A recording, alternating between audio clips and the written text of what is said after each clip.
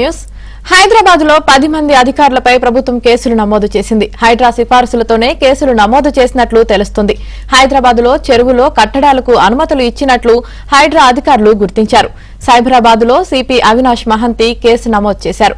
Chandanagar GHMC deputy commissioner Sudhams, Bachupally MRO Polsingh, Medchal Malkajgiri land records HMDA assistant planning officer Sudheer Kumar, HMDA city planner Raj Kumar, Nizampet municipal commissioner రామకృష్ణపై EOW అధికారులు కేసులు నమోదు చేశారు.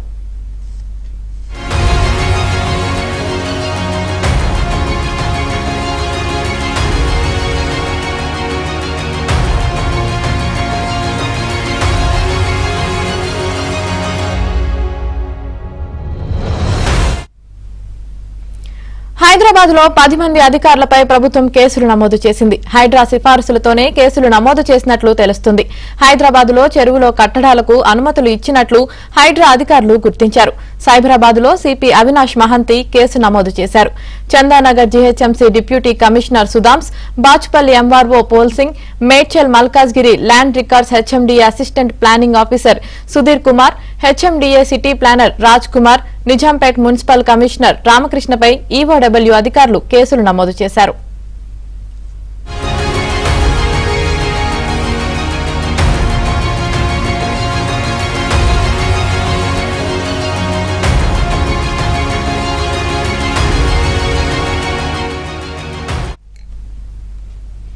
హైదరాబాద్ లో 10 మంది అధికారులపై ప్రభుత్వం కేసులు నమోదు చేసింది. హైడ్రా సిఫారసులతోనే ఈ కేసులు నమోదు చేసినట్లు కూడా తెలుస్తుంది.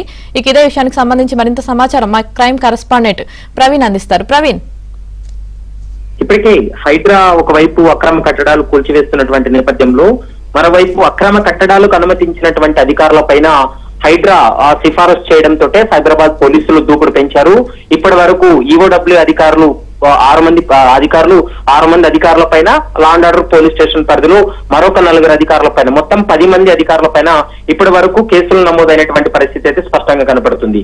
ఇక హైడ్రా ఇటీవల కాలంలోనే వారు క్షేత్ర స్థాయిలోకి వెళ్లి పరిశీలించినటువంటి సమయంలో బఫర్ జోన్ లో కానీ, ఎఫ్టీఎల్ లో కానీ, లేదా ప్రభుత్వ భూమిని ఆక్రమించినటువంటి వారికి వీళ్ళు అనుమతులు ఇచ్చారనేటువంటి అంశాన్ని గుర్తించిన తర్వాత వీరిపైన క్రిమినల్ కేసులు పెట్టాలని భావించి పోలీస్ అధికారులకు కూడా సమాచారం ఇవ్వడం, ఎవరెవరు అధికారులు ఈ విధంగా అవినీతికి పాల్పడ్డారో, ఎవరైతే అనుమతులు ఇచ్చారో అధికారులకు సంబంధించినటువంటి డీటెయిల్స్ అన్ని కూడా స్థానికంగా ఉన్నటువంటి కమిషనర్ ఆఫీస్ కు సమాచారం ఇవ్వడంతో ప్రస్తుతం పోలీసులు కూడా దూకుడు పెంచినటువంటి పరిస్థితి కనపడుతుంది.